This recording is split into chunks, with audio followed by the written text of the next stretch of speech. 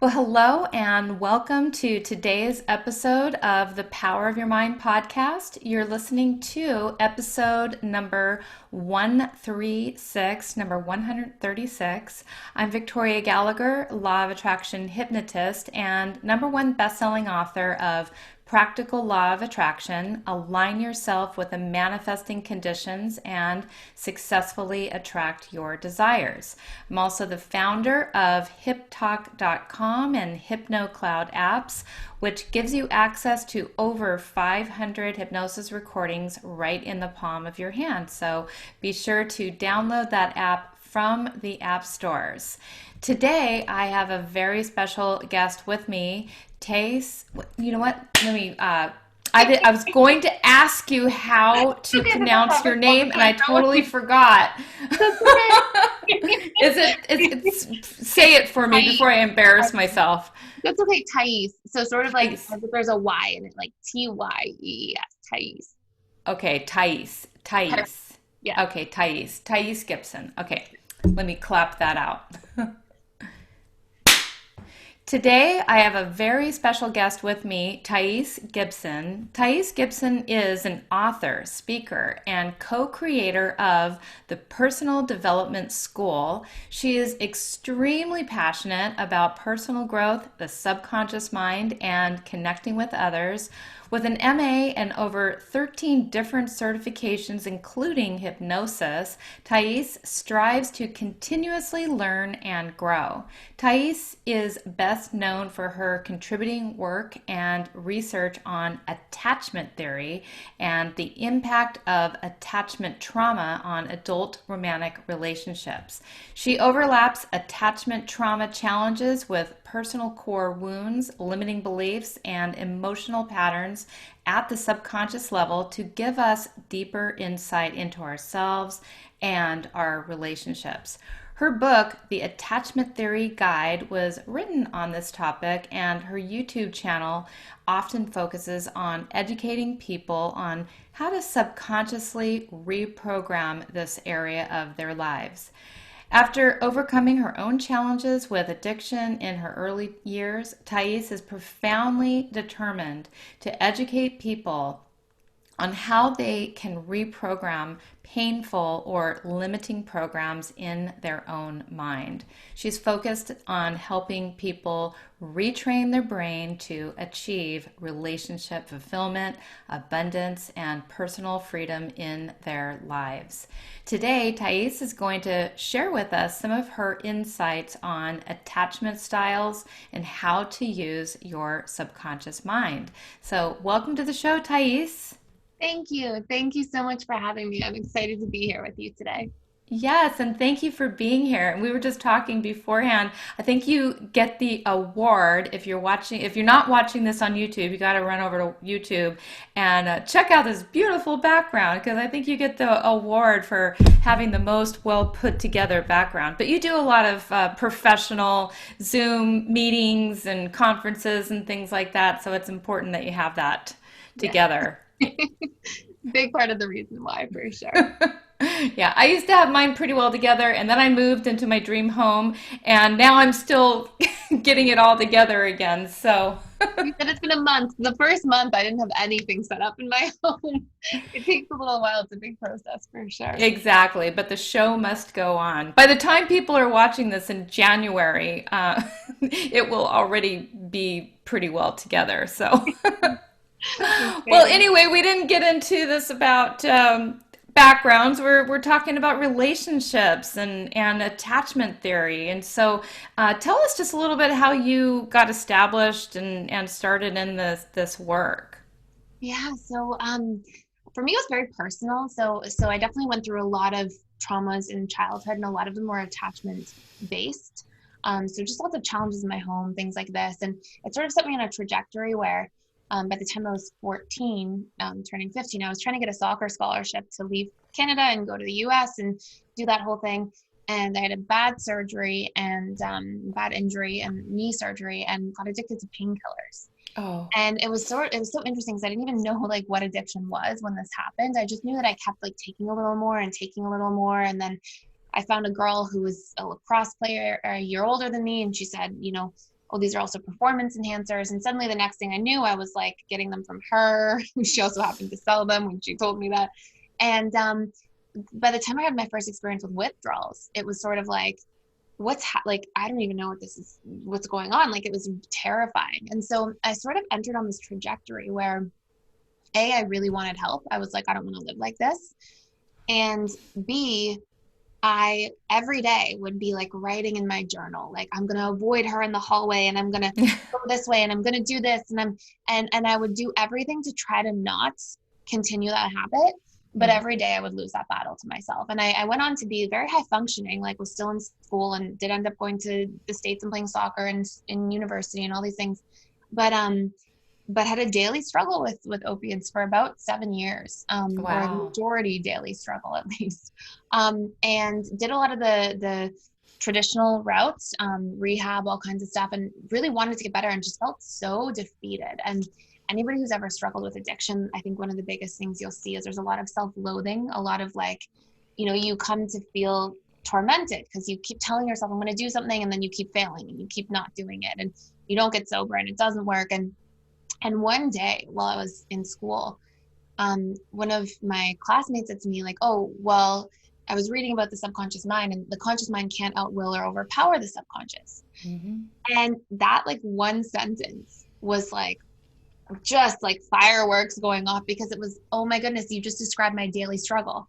My conscious mind must be the one that wants to get better, wants to get sober, wants to heal. And my subconscious has different things that it's trying to achieve. It wants to, avoid pain, and it wants to stay numb, and it wants to, it has different motives. And so that set me on a path of like, wow, this is amazing. And so I ended up doing like master's degree in transpersonal psych, and then 13 certifications in like NLP, CBT, hypnosis, like internal family systems, all that stuff. And I was just really hungry to learn, and that was my healing. And so then sort of started to practice, had a 2-year wait list, was very busy, went on to feel like I can't, 2-year wait lists don't really work. And so a lot of not so happy people with that. And then went on to put an online school together so it could sort of reach more people that were waiting and things like that. So that's Wow, been that the is journey. amazing. That is Yeah. amazing. And I mean, you really, really hit the nail on the head here, with, I mean, so many people, they struggle with trying to change any kind of habit or behavior. It doesn't matter if it's drugs or it's weight or it's, addictions to whatever. You cannot consciously overpower the subconscious mind. The subconscious mind is so, so much more powerful than the conscious mind. And, I struggled with not that kind of addiction. I've always been afraid to get addicted to anything because I struggled with, being addicted to smoking cigarettes.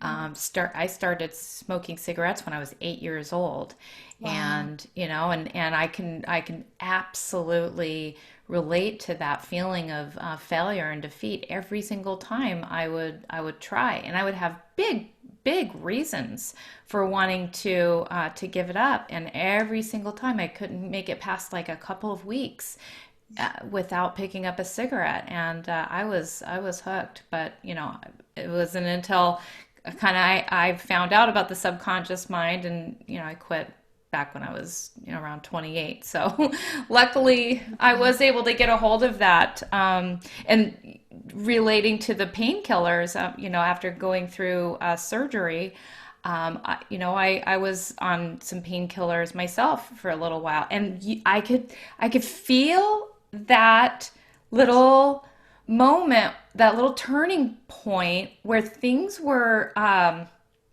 I could see how people could get addicted to them. Do you know what I'm saying? I Absolutely. could I could see that feeling of like just laying there kind of on the couch, like completely like zoned out, so mellow, like, whoa, this is kind of this is kind of interesting. And then it was like I was like, no, I'm not going to slip into that at all. So True. Yeah. Yeah. good for Powerful. you though, also on figuring all of that out and getting yourself into this amazing role that you're in as as a therapist. And so let me just ask you, let's jump into the attachment theory. So what exactly is attachment theory for our Yeah. audience? So part of what took me down that path is I was sort of looking as a person to source a lot of those individual traumas. And I was like, oh, a lot of them came from early childhood. A lot of them came from the rules I learned in terms of how to relate to other people, things that happened in my early childhood and how those became sort of the subconscious lens I saw the world through and projected that back out onto external relationships. And I was making all these like really intense, profound links in my own life. And so it really led me down that rabbit hole of studying that as sort of a root cause for why so many of our patterns are the way that they are. And so Mm-hmm. attachment theory was originally developed by John Bowlby, but over the past few decades, there's been a tremendous amount of sort of research just building upon his original theories. And the best analogy I have for describing attachment theory is, if you imagine, so we attach to caregivers, we make these bonds, we connect, and these program these sort of subconscious rules through which we learn how to relate to other people and how to connect with other people. And you can imagine that you are playing a board game with somebody, and you're sitting there and you're having a good time and you're playing this board game with a totally different rule book than the other person. It's only a Mm-hmm. matter of time until you have like unnecessary friction or problems or disagreements and misunderstandings, because you're playing by different rules. And our individual attachment styles are basically just that. They're basically the subconscious set of rules we have for how to relate to other people. And what I found, especially working with so many people, I was seeing like 40 or so clients a week for quite some time. And what I saw very congruently is that there are patterns amongst each attachment style in terms of the emotional patterns they have, the beliefs they carry into relationships, the subconscious expectations they have about relationships and what they should look like and feel like, and even the ways people give and receive love in Mm-hmm. relationships. And so we've sort of broken that down into, here's not just your attachment style, but here's your rule book because of having this attachment style. Right.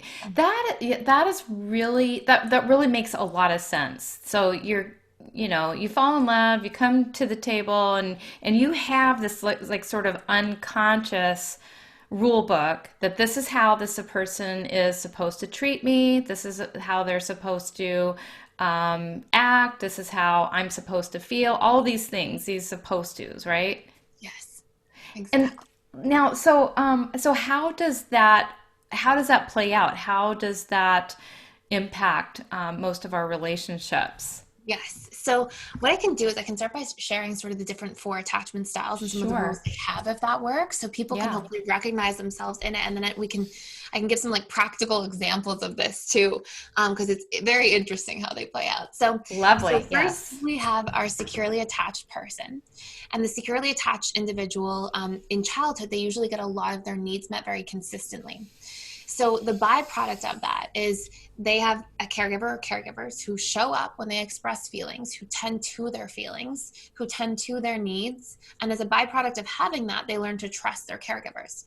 And so in their adult lives, they've already learned, I am worthy and I get my needs met just for being who I am. I don't have to earn my worth in the world. I don't have to be good enough to get love. I just deserve love at my core, because that's the modeling and experience they had that were programmed into the way they saw relationships.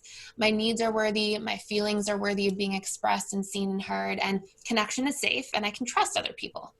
And Hmm. so this individual grows up and they have an easier time in relationships. They have more natural self-esteem and self-confidence, and they feel that it's easier to connect with people and thus have thriving relationships more so long term.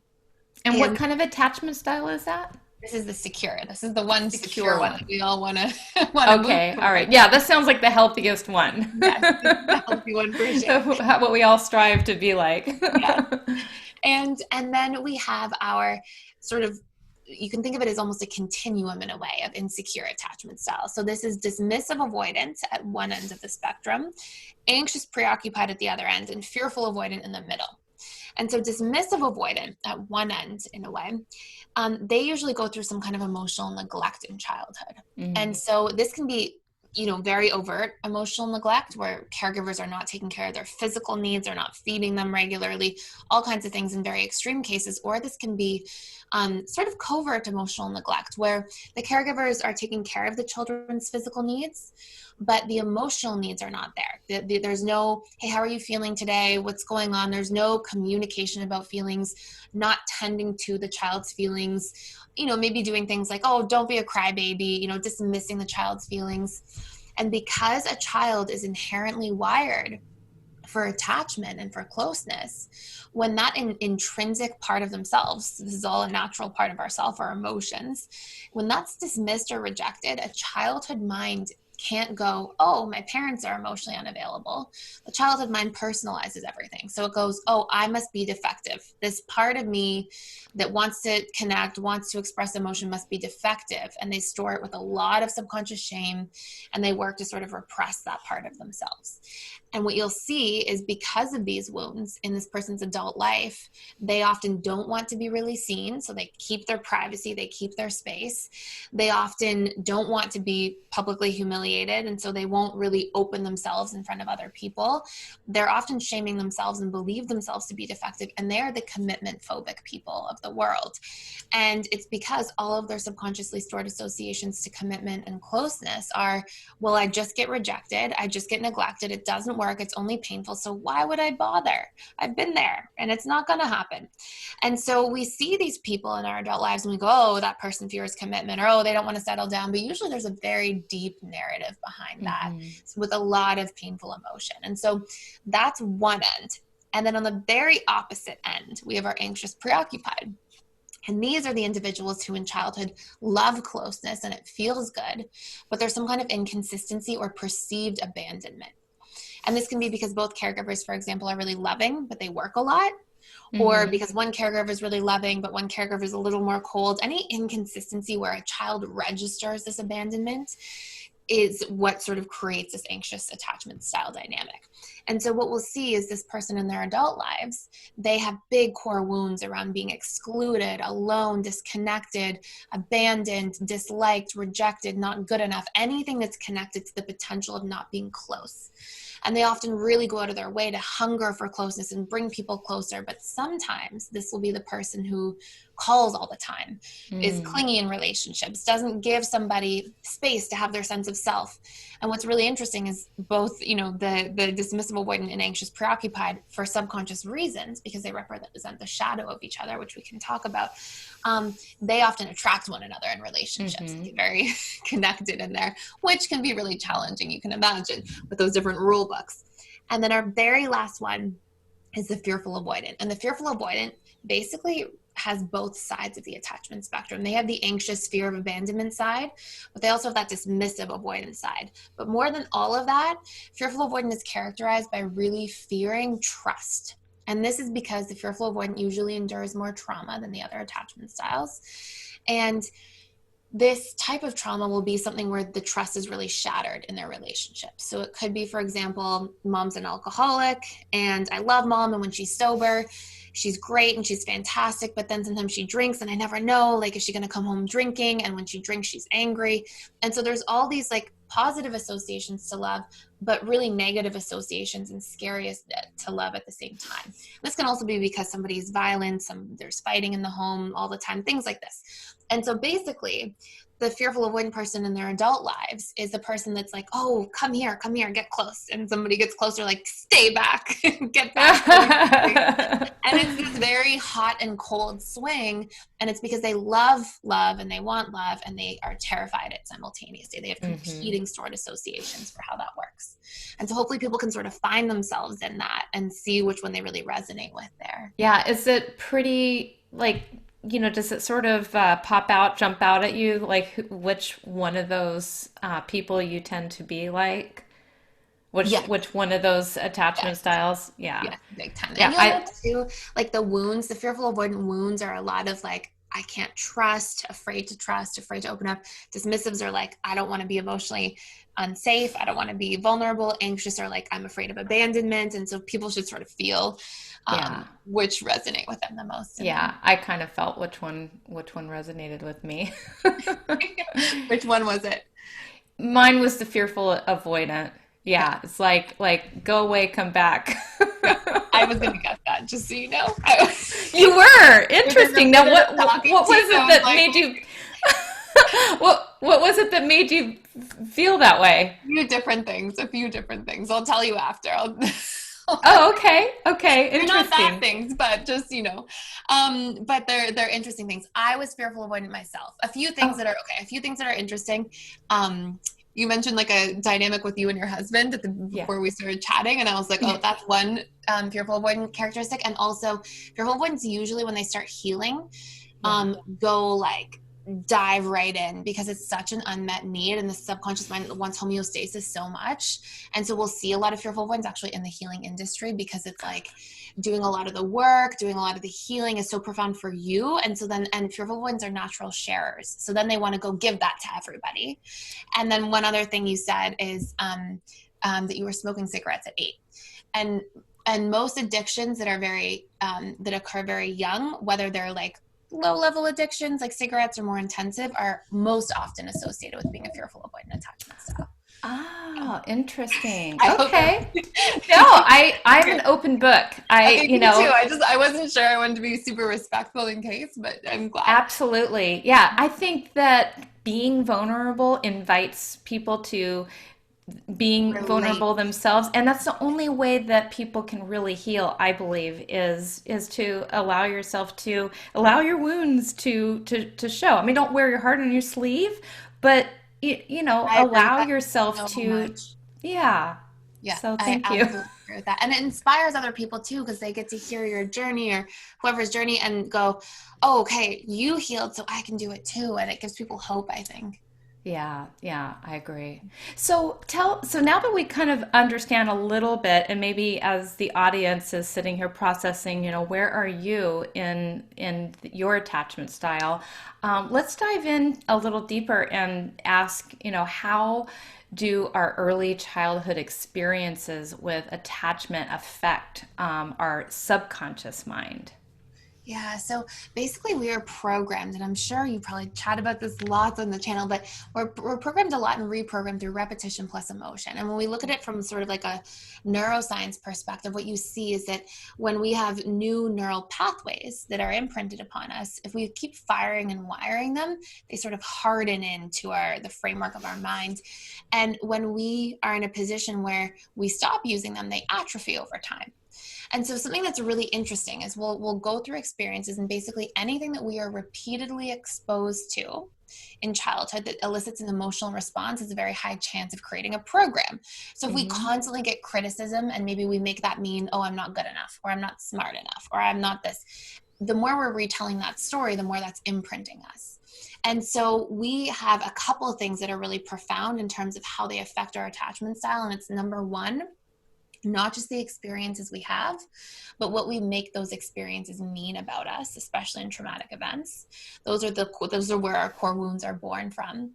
And then the needs that we have and the relationship we build to those needs because of what is modeled for us. So for example, if we have a deep need for emotional connection, but then we are being emotionally neglected, chances are we're going to grow up and we're going to emotionally neglect ourselves because this is how we learned how to relate. And these were the imprints we got. And so, in the words of Dr. Gabor Mate, he says trauma are the things that happen that shouldn't have happened, like verbal, physical, sexual abuse, and the things that didn't happen that should have happened, like we needed emotional nurturing and that was absent. And so I find that that takes place in the stories we've learned about ourselves or we've told about ourselves because of traumatic events, and the needs that have been neglected because they were neglected in the relationship to ourselves. So I often tell people a great place to start if you're looking is to go, what were my biggest unmet needs from childhood? And how am I still not meeting those in the relationship to myself? And what were the most painful events that I still feel some kind of, challenge around when I think about it, I still feel a little bit activated, and what meaning did I give those events? Because chances are these are big stories you have about you. So if you were abandoned, you might go, I'm always going to be abandoned. People abandon me. If trust was broken, you might go, I can't trust people in the world. But if you feel emotionally triggered by the past, even though the past was years and years ago, it's because it's actually still alive as a program within your mind. And Hmm. for it to be alive, because when we talk about those neural pathways, they didn't atrophy over time, which means you've actually been firing and wiring that same relationship to the need or the same relationship to that story. You've been retelling it on autopilot, probably on a close to daily basis about yourself Hmm. And so you've been in a state of re-traumatization and keeping those wounds alive on autopilot without meaning to. And so we have to get really clear and do that dump and understand that. And then we can start to do work reprogramming them. Interesting. So once a person identifies like who they are, what meanings they gave to these situations, I mean, how is that useful? Like what can we do with that information once we understand, who we are and how we got these wounds? Yes, absolutely. So then it becomes, we plug this stuff into reprogramming tools. So there's so many different reprogramming tools, as you know, but, one of my favorites, so we can reprogram at the belief level, we can reprogram it at the thought level, we can reprogram at the action level through things like exposure therapy, things like this. But I always tell people, do the work at the belief level first, because everything else will follow. And what is very effective is to isolate what core wounds you have. And so if we can change our core wounds that we have in relationship to our attachment style, and we can meet our unmet needs, that's a first huge step for healing and really shifting your attachment style altogether. And so, for anxious preoccupied, I can list some of the wounds so people can really take a moment to see, and then we can talk about maybe a reprogramming tool. But anxious preoccupied, it's all the wounds with people. It's I'm disliked, I'm abandoned, I'm not good enough, I'll be rejected, I'm excluded, I'm alone, I'm disconnected. All of these sorts of things are the big core wounds, and those are really important to reprogram. And so you'll see that for anxious, dismissive avoidant, I am trapped, I am helpless, I am powerless, commitment is unsafe, vulnerability is unsafe, or I am unsafe, and I am defective is the biggest one for the dismissive avoidant. Wow. Okay. And then the fearful avoidant, they do have both sides of the wounds, right? Like we sort of discussed. So I am trapped, I'm helpless, I am powerless will be really big triggers. I am abandoned, I will be alone, I'm excluded, can be there as well to a certain degree. But then the really big ones will be, I will be betrayed, I can't trust, these sorts of things. Mm-hmm. And again, it's just a reflection of like the experiences we had in childhood and like how that shows up. And so it's reprogramming those specific wounds. It's very important for each style. And then anxious and fearful are often the kings and queens of the world at giving of themselves. So giving until they're totally depleted, not having boundaries, and then feeling very resentful as a byproduct, feeling like, I gave you 90% of my emotional energy, and then you couldn't remember to call me back. And then volcano erupts or a lot of frustration can come out of that. And that's because we, as fearful avoidants, until you do that healing work, will give until we're depleted, and then we expect everybody else to operate under the same rule book as we do, whereas other people are giving from a less codependent perspective. So really being able to meet our own needs, set our boundaries, take ourselves into consideration equally to others, instead of putting people constantly before us, is part of the healing. And dismissive avoidance, separate from the fearful and anxious there, they really need to do the work on making compromises, letting their guard down, being more vulnerable, taking other people equally into consideration as they do themselves. And it's not that they want to be selfish or anything like that, but they often only could fend for themselves in childhood. They often felt like they were kind of on their own and no one was there. And so that's their operating system of how they work. And by working to take others into consideration and meet their needs and compromise a little bit more and then receive as well, this really opens up a lot of healing in their dynamics. Got it. Wow. That's really enlightening. Very enlightening. So what is the relationship between being addicted and the subconscious? So this is a very exciting discussion.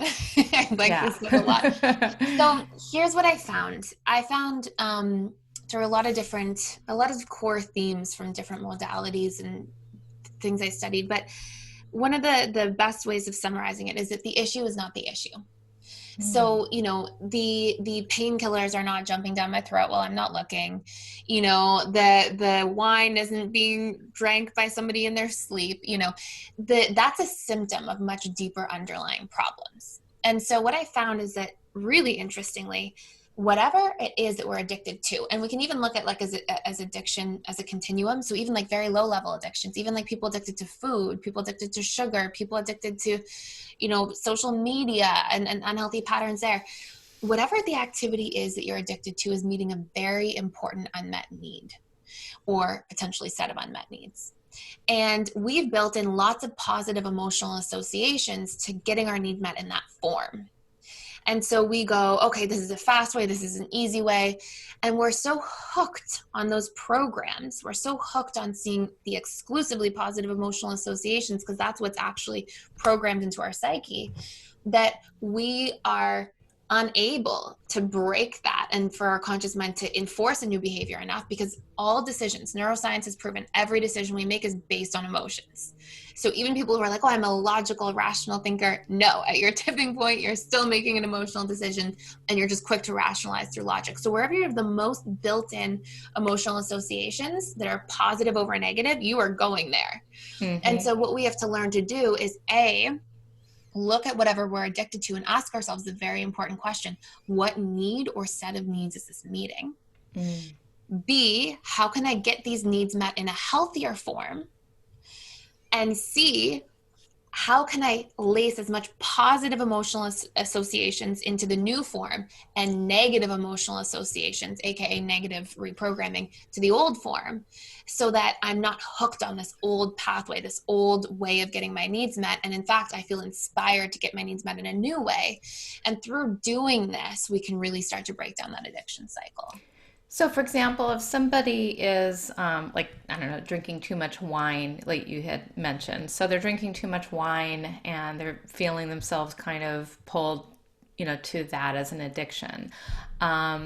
So you'd ask yourself, well, why am I drinking so much wine? And it's like, well, I kind of like the relaxed, soothing, buzzed, sort of feeling that I get. Well, okay, so how can I meet that another way?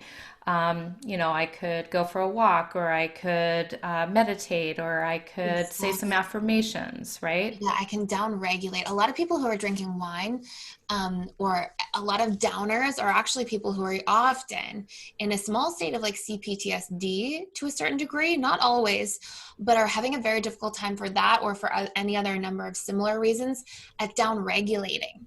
So Mm-hmm. they're actually almost exclusively in sympathetic nervous system mode throughout the day. They're high functioning, always focused, always on, a lot of pressure on themselves, probably because that was how they had to function in childhood. And Mm-hmm. so wine, painkillers, downers are a way of actually trying to kick us into parasympathetic nervous system mode, because we crave that homeostasis, we crave that relaxation. And when we're always upregulated, this is our brain trying to find a way to get back there. So there's things like that. There will be other reasons too, like when we get really specific. So, just a simple one.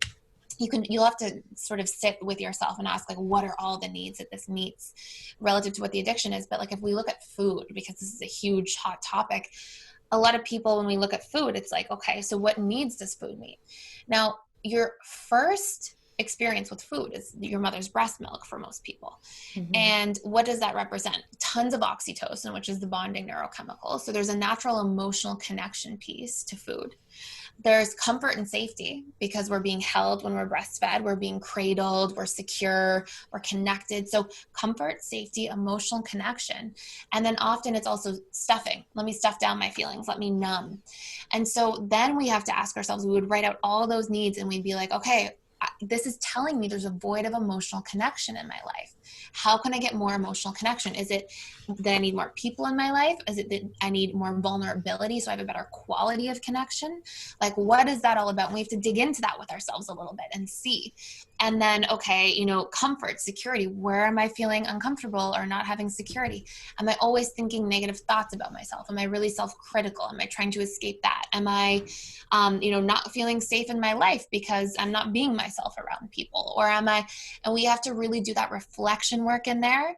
And then we can come up with the best strategies. Okay, what is my one thing I can stick to get better emotional connection? What is the one thing I can stick to have more safety in my life, more comfort?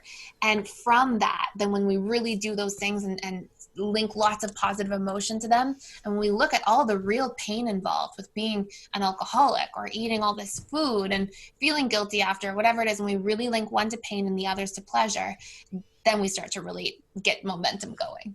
Right. And you mentioned linking, once you have found that new routine or that new habit or that new way to fulfill that need, to link that with a lot of positive reinforcement. And so how do you suggest doing that? Yeah, so a few different things. I would say the best way, honestly, is visualization, Mm-hmm. because the language of the subconscious mind, as you know, is imagery and emotion. And Mm-hmm. so if we just say this will be good, Speaking my language. yeah, if we just go, this will be nice, then it doesn't do much. But if we can sit in visualization and we can think of all the good things that will come from doing this, how it will feel to have better emotional connection in our lives, better friends, deeper conversations, we'll feel fulfilled, and the more we can spend actually doing that visualization work and feeling about that in our bodies as well, like the sensations associated with that, the more we're imprinting ourselves more quickly. Amazing. Yeah, that's a great advice. Yeah, I always have the quote come to me from the Think and Grow Rich book, and where he says, plain old unemotionalized words don't have any impact on the subconscious mind. So it's all about the feeling it, and using visualization to me as a tool to help you to experience those emotions. Yes, absolutely. And to really like ingrain them in detail. Yeah. So how do we go ahead and retrain our mind to transform any limiting program in each of the 7 areas of our life? Yeah. So this is a great question. So first of all, I think it's really important to recognize that we are probably going to be governed by limitation and not know it until we make an effort to become consciously aware of the things that are happening beneath the surface. And so Mm, obviously we've got like our subconscious and we have our unconscious mind, which is much harder to retrieve memories from and things like that. So we try to stay in that subconscious territory. But what I always advise people to do is to write out the 7 areas of life. So we have career, we have financial, we have mental, emotional, spiritual, physical, and relationships. And relationships you can even break down into like friends, family, romantic. And it's very important for us to ask ourselves, what patterns do we keep running into here? Or what painful stories do we tell about ourselves in this area? Maybe in career, it's I'm not good enough to get ahead. The world's too competitive. I can't do it. I can't go back to school. I don't have time. Maybe finance, it's like, well, money, all people who want money are greedy, or whatever it is. We have to take some time to surface what's governing us in those areas. And then there's so many different tools to reprogram your subconscious. But one of my favorite ones is auto-suggestion, which you're probably very familiar with. But what we can do is we can get ourselves into a relaxed state of mind. And it's in a way, it's almost like self-hypnosis, but we can get ourselves into a relaxed state of mind where we're producing more alpha and theta brainwaves. So this can be first thing in the morning, last thing in the evening. This can be after meditation, things like this, after a nap. And what we can do is we can take this painful story that we know we don't want any longer, and we can find 10 or 15 pieces of evidence for why it's not true or doesn't have to be true any longer. And the reason love we that. look for evidence is that same principle we were just talking about. If we just say affirmation, it doesn't reach. But if we look for evidence, so if we go, I'm not capable, and we're going, no, I am capable. It's possible to be capable because, and we think of memories of why, because I did it that time, because I was able to overcome that thing. Every memory is colored with emotion, and every memory is imagery. And now the languages of the subconscious, which are emotion and imagery, we're actually connecting with. And if we find 10 to 15 pieces of evidence a day to counteract that original painful story, within around a 20-day period, it's really subconscious. And by day 63, research in neuroscience has concluded it's mostly unconscious, which means it's very difficult to even come back from. Day 63. Yes. So, so listen to you guys, it's more than 30, more than 21 days, more than 30 days, more than 60 days, 63 days. You gotta do these affirmations and these meaningful With the affirmations. evidence. Yeah, Yeah. exactly. Yeah. Yes. 21 days will start, like 21 days, it does reach subconscious. So it is like part of our programming all of a sudden, but it's easy for that to get. It's sort of like you can imagine one of those little baby trees that's been planted and it's now growing, but like all it takes Mm-hmm. is one bad windstorm and that tree's, fallen over, versus like we get those really deep roots around day 63. Yeah, no, that makes a lot of sense, a lot of sense, and so many times, I mean, people will, things are happening underneath the surface that you're not even aware of. Just like the plant is growing roots down deep into the ground, these suggestions, these affirmations, the evidence is taking root in your subconscious and you don't even realize it. So you just have to trust and you have to continue to do it and who knows, maybe it'll take you 64 days. Maybe it'll take you 62 days. But right around there seems to be about when things are going to start to take place. Yeah, definitely. This is great. This is amazing information. So let's talk a little bit. You wrote a book called Attachment Theory and a Guide to Strengthening the Relationship in Your Life in 2020. We're almost through 2020, so this will also work for us in 2021 and 2022, I'm sure. So tell us a little bit about your book. Yeah, so the book basically takes you through a guide of your attachment style. So it takes you through what your attachment style is, how to find out some of the patterns, a bunch of sort of examples of people's attachment styles and how they show up in relationships. So, for example, we'll often see you look at the dismissive avoidant and the anxious preoccupied, and the dismissive avoidant is always wanting space, and the anxious preoccupied is always wanting more closeness. And often these people are in relationship with each other.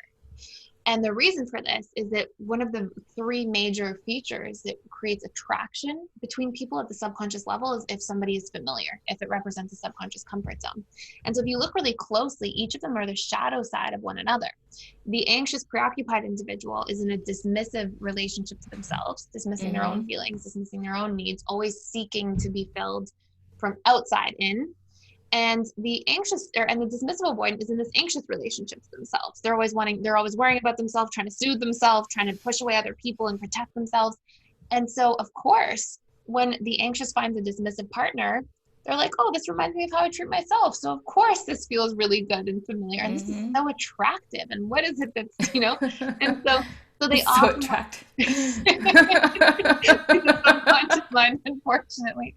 And so Yeah. they will often get in this dynamic and it can just be a little bit challenging there. So the relationship sort of, or the book sort of builds out different relationships and what you can do. And it talks about different communication patterns and tools and then reprogramming. There's a big quiz in there. And I also have a quiz on my website too for people to take their attachment style, and it tells you like what your attachment style is from there as well. And I love the name of your website, personaldevelopmentschool.com. That's where they can go and take that quiz. Yes, they can go in there and right on the homepage there's attachment style test. You can click in there and it gives you like a 2-page report, and then it gives you like a video with an explanation and all these things for what to do next. Oh, that's amazing. And then there's also so you have a bunch of different courses on there from anxiety to attachment style work. Yeah, so we have we launched that last year. We have about 3,500 active members right now, and it's been Ooh. growing very, very fast. And we've got all these really cool things. So we've got about 35 courses on boundaries, codependency and enmeshment, overcoming addiction, depression, anxiety, reprogramming your subconscious, just like 25 different tools for that. Basically all these different courses, reprogramming your attachment style, understanding it, all that kind of stuff. And so members can come in and they get access to all those courses. Plus I do 4 live webinars a week with the students.